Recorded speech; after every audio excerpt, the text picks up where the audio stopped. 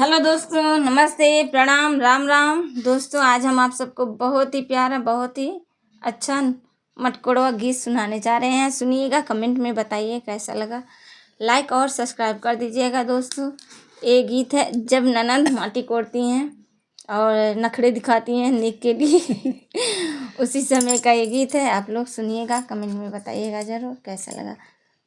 ननदो मटिया ना कोड़ा बड़हन नेग मांगेली। ननदो मटिया ना कोड़ा बड़का नेग मांगेली। ई तो हार मांगेली, तो झुमका मांगेली। ननदो हार मांगेली, ननदो झुमका मांगेली। नथिया पहिरे खातिर सोनारा के साथ मांगेली। नथिया पहिरे खातिर सोनारा के साथ मांगेली। ननदो माटिया ना कोड़ा बड़हन नेग मांगेली। ननदो माटिया ना कोड़ा बड़हन नेग मांगेली। ई तो लहंगा मांगेली, तो साड़ी मांगेली। ई तो लहंगा मांगेली, तो साड़ी मांगेली। ननदो लहंगा मांगेली, ननदो साड़ी मांगेली। चोलिया बांधे खातिर बजजवा के साथ मांगेली।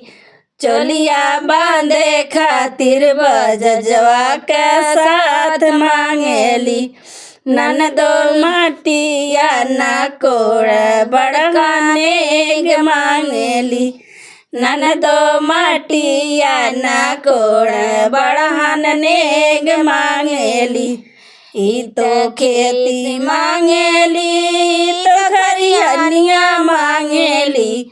ननदो खेती मांगेली, ननदो खरिहनिया मांगेली। खेतवा जोते खातिर नरवा के साथ मांगेली। खेतवा जोते खातिर ननदो हरवा मांगेली। ननदो माटिया ना कोड़ा बड़का नेग मांगेली। ननदो माटिया ना कोड़ा बड़का नेग मांगेली।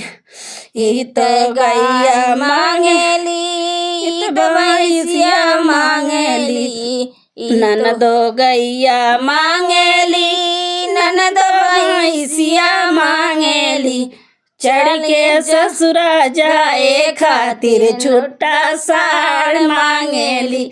चढ़ के ससुरा जाए खातिर छुट्टा साड़ मांगेली।